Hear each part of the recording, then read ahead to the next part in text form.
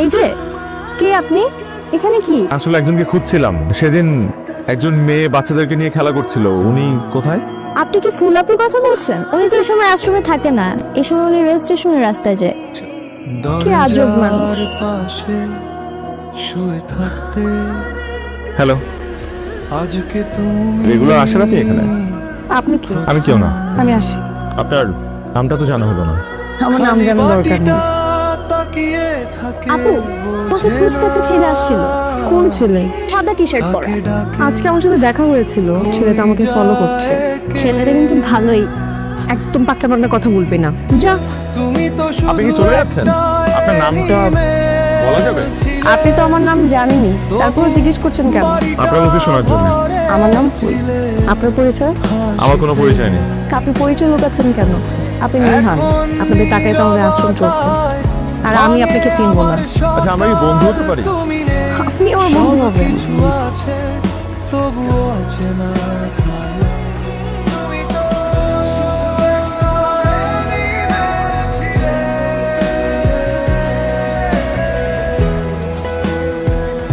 আমার খুব ইচ্ছে ছিল রিক্সায় ঘুরে বেড়ানো। রিক্সা কেন? আমার তো বাইক আছে। রিক্সায় বসে খোলা আকাশের নিচে ঘুরে বেড়ানোর মতো আনন্দ আর কোন কিছু দেন। চল আজকে আমরা রিক্সায় ঘুরি। শুনলাম। আপু কি করছো?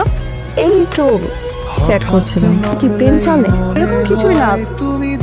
সানজিদাকে পড়াতে হবে, যাও ওকে পড়াতে বসো, আমি আসতেছি, যাও। যখন তুমি জানবে এই হাসি কান্নার পৃথিবীতে তোমার আপন কেউ আছে, কিন্তু তারা হারিয়ে আছে বহু দূরে। প্রতিটা মুহূর্ত তুমি তাদের খুঁজে বেড়াচ্ছ। ছোটবেলা থেকে অনেক বাস্তবতা দেখে আমি বড় হয়েছি। আমাকে নাকি একটা ডাস্টবিনে পেয়েছিল, দেখতে ফুটফুটে সুন্দর ছিলাম, এর জন্য আমার নাম রেখেছিল ফুল। আমি দেখতে কার মতো হয়েছি? আমার বাবা কেমন হবে? সে দেখতে কেমন হবে? সরি, আমি আসলে তোমাকে অনেক কিছু বলে ফেললাম। বাবা, ও হচ্ছে ফুল। বাবা, আমি তোমার কাছে কখনো কিছু চাইনি। আমি আজকে তোমার কাছে একটা জিনিস চাই। আই হোপ তুমি আমাকে সাপোর্ট দেবে, তোমাকে না করবে না। বাবা, আমি ফুলকে বিয়ে করতে চাই। আমি এই ব্যাপারে খুব সিরিয়াস। আমি শুধু চাই যে তুমি রাজি হয়ে যাও। আমি ওর সাথে বাকিটা জীবন কাটাতে চাই। ওকে, তোর কিছু বলার দরকার নেই, চলো। আমার একটা ইচ্ছা আছে। কি ইচ্ছা? আমার হাজবেন্ড আমার কানে বাতাসের ফুল গুজে দিবে। বাতাসের ফুল? এটা আবার কেমন ফুল? আমি কখনো দেখিনি। যে মানুষটার সাথে আমি সারাটা জীবন থাকবো, সেই মানুষটা আমাকে বাতাসের ফুল দেবে, এটাই আমি চাই। মানুষ তো চিরদিন থাকে না, আমিও তো তোমাকে ছেড়ে কোনো না কোনোদিন চলে যাব। তোমার সাথে বাঁচার ইচ্ছা তো আমার অনেক।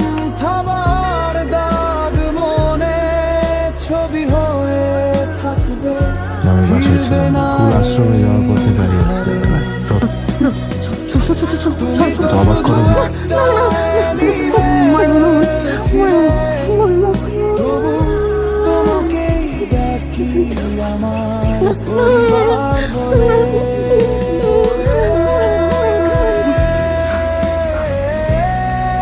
ডক্টর, আপনি এখানে বসুন বসুন। দেখুন, আপনার রোগী এখন যে অবস্থা যে আছে, ব্রেনে বড় ধরনের আঘাতপ্রাপ্ত হলে এই ধরনের রোগ হয়ে থাকে। আর তার একটা স্টেজ হচ্ছে সিজোফ্রেনিয়া। রোগী তার আশেপাশের মানুষকে দেখলে মনে করে তারা হয়তো তাকে আঘাত করতে আসছে বা তাকে মারতে আসছে। আপনার রোগী ঠিক সেই স্টেজেই আছে। এত কিছুর মধ্যেও তার গর্ভের সন্তানটা সুস্থ আছে। গর্ভের সন্তান? আপনি জানেন না উনি যে প্রেগনেন্ট, 2 মাসের প্রেগনেন্ট। আমি কিছু টেস্ট করতে গিয়েছি, রিপোর্টগুলো পাওয়া মাত্র আপনি আমার চেম্বারে চলে আসবেন। ফুলকে এই রুমে বন্দি করে রাখতে হয় এভাবে? অনেক পাগলামি করে, নিজেকে আঘাত করে। ফুল, তুমি চিনতে পারছো না? আমি নিহান। ফুল, ফুল শোনো না। ফুল, ফুল দেখো, আমার দিকে তাকাও। আমাদের কত স্মৃতি একসাথে। তোমাকে কিছুই মনে পড়ে না? একটু মনে করার চেষ্টা করো না। সব ভুলে গেছো? তুমি জানো তোমার পেটে আমাদের বাচ্চা তোমার পেটে। একটু মনে করার চেষ্টা করো না ফুল। নিহান। কি আপনি? নিহান, আমাকে এখান থেকে ছেড়ে দেন বাবা, ছেড়ে দেন না আমাকে। সবাই একটু মনে করার চেষ্টা করো না ফুল। আমি নিহান।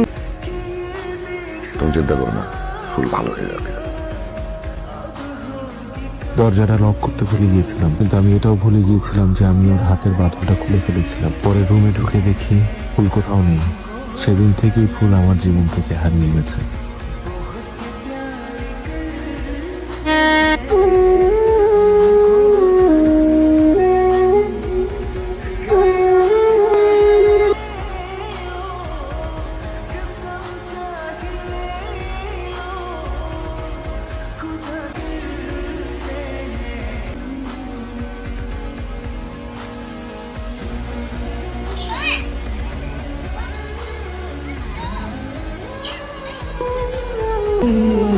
ফুলটা তো আমরা এখনো পেলাম না।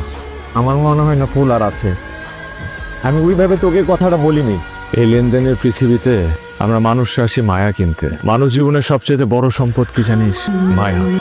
আমি তো ফুলের মায়ায় আবদ্ধ হয়ে আছি। আমি কি